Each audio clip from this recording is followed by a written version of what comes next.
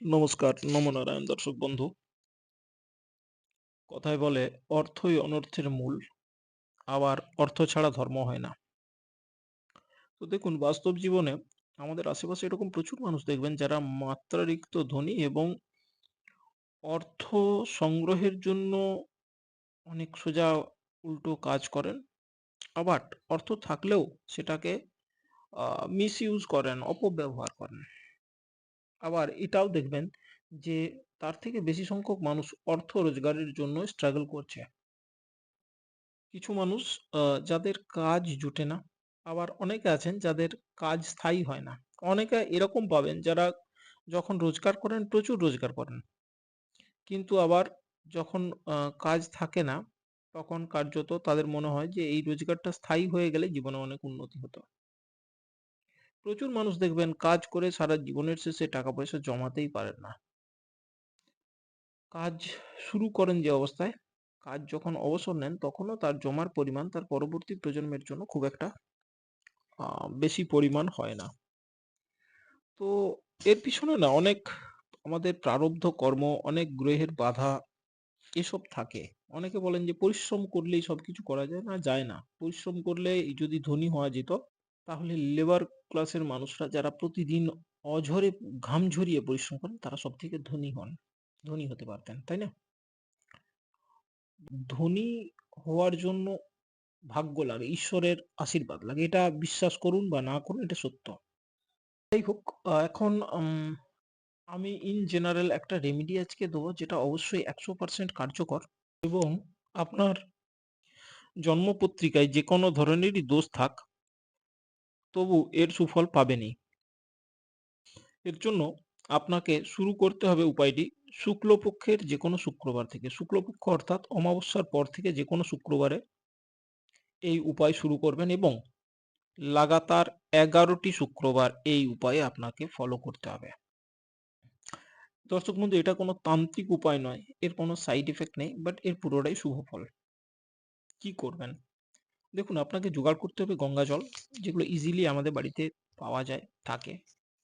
9টি বেলপাতা, হলুদ রঙের ফুল, আমি সাজেস্ট করব কলকে, অভাবে আপনি গাঁদা বা অন্য কিছু নিতে পারেন। নীল রঙের ফুল, তার মধ্যে বেস্ট অপশন অপরাজিতা। সাদা ফুল, তাতে বেলি ফুল বা এই জাতীয় কিছু নিতে পারেন। এবং বেগুনি রঙের ফুল বা হালকা বেগুনি ল্যাভেন্ডার, বেস্ট অপশন আমি বলবো আকন্দ ফুল। প্রতিটি ফুল 11টি করে নেবেন। সাথে নেবেন টাটকা আখের রস, বাড়িতে বের করে নিলে বেস্ট হয়। বাজারের কেনা আখের রস তার পবিত্রতা নিয়ে, শুদ্ধতা নিয়ে একটু সমস্যা থাকে। এবার কি করবেন? 9টি বেলপত্রে অবশ্যই নিজে হাতে চন্দন রেডি করে, চন্দন বেটে সেই চন্দনের তিলক করিয়ে দিন প্রতিটি বেলপাতার 3টি পাতাতে। কোন আঙুল দিয়ে করবেন? হাতের অনামিকা আঙুল দিয়ে বা রিং ফিঙ্গার দিয়ে তিলকটি করবেন, যেটি সূর্য পর্বতের উপরে যে আঙুলটি অর্থাৎ কনিষ্ঠ আঙুলের আগের আঙুলটি দিয়ে বেলপাতা এবং ফুলের উপরে চন্দনের তিলক লাগাবেন। প্রতিটি বেলপত্রে তিলক করার সময় মনে নমঃ শিবায়, নমঃ শিবায়, নমঃ শিবায়, নমঃ শিবায়, নমঃ শিবায় এই মন্ত্রটা জপ করে লাগাবেন, ভগবান শিবকে স্মরণ করে লাগাবেন। অর্থাৎ কিনা আপনার প্রসিডিওর মন্দিরে যাওয়ার আগে থেকে শুরু হয়ে যাবে। এর সাথে কাঁচের পাত্রে আখের রস নেবেন, শিব মন্দিরে যাবেন। শিব মন্দিরে যাওয়ার পর এই প্রসিডিওর বা পুজো বা এই পদ্ধতি, এটা কোনো পুরোহিতকে দিয়ে করাবেন, নিজে করবেন না। এখানে একটা জিনিস ক্লিয়ার করে দিই। অনেকেই মন্দিরে গিয়ে নিজে পুজো করেন। দেখুন, পুজো করতে পারেন, বাট পুজোর প্রসেসের মধ্যে পুরোহিতের গুরুত্ব এইটুকুই যে আপনি যদি যেকোনো পুজো যেকোনো আচার অনুষ্ঠান যাই করুন, সেটা যদি আপনার নামে সংকল্প না করে করা হয়, সেক্ষেত্রে তার যে পুণ্য ফল বা তার যে স্বীকৃতি, সেটা দেবরাজ ইন্দ্রের ভাগে চলে যায়। অর্থাৎ আপনি সেখানে কোনো বেনিফিট পান না। এইজন্য অনেকেই বলেন যে পুজো করে আমাদের কোনো উপকার হয়নি। তার কারণ আছে, লুপ ফলস থাকে। যাই হোক, যেটা বলছি দয়া করে গুরুত্ব সহকারে ফলো করুন উপকার পাওয়ার জন্য। তো পুরোহিতকে দিয়ে আপনার নামে সংকল্প করিয়ে যথাবিধি সংকল্পের পর পুজো শুরু করান। নিজে হাতে শিবের লিঙ্গকে গঙ্গা জল দিয়ে অভিষেক করুন, ধুইয়ে দিন।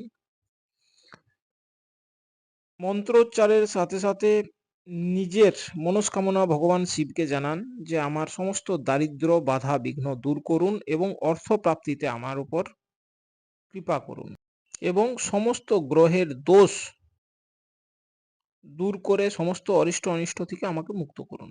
এইভাবে পুজোর সময় একটি একটি করে 11টি ফুল, অর্থাৎ 11 × 4 44টি ফুল, হলুদ, নীল, সাদা এবং বেগুনি বা ল্যাভেন্ডার কালারের, যে হালকা বেগুনি টাইপের যে ফুল, এই 44টি ফুল শিব বাবাকে অর্পণ করুন।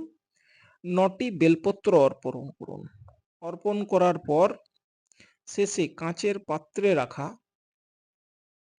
আখের রসটি শ্রদ্ধা সহকারে, ভক্তি সহকারে বাবার মাথায় আস্তে আস্তে অর্পণ করুন এবং একবারে ঢালবেন না, 3 বারে ঢালবেন। প্রথমে একটু ঢাললেন, দ্বিতীয়বার একটু, তৃতীয়বার একটু। 3 বারে আখের রস দিয়ে বাবার কাছে প্রার্থনা করুন যাতে আপনার জীবনে অর্থ আগম হয়। এইভাবে 11টি শুক্রবার, শুরু শুক্লপক্ষ থেকে করবেন। পরপর 11টি শুক্রবার করে যান।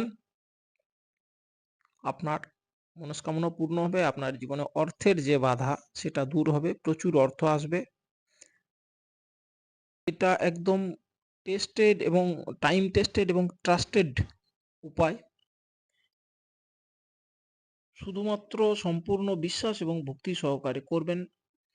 অনেকেই আপনাদের মধ্যে মনে মনে হচ্ছে আরে আবার 11 বার মন্দির যেতে হবে। কেউ ভাবছেন স্নান করতে হবে, কেউ কেউ ভাবছেন এই কাজ প্রচুর পরিশ্রমের, আমার তো সময়ের অভাব।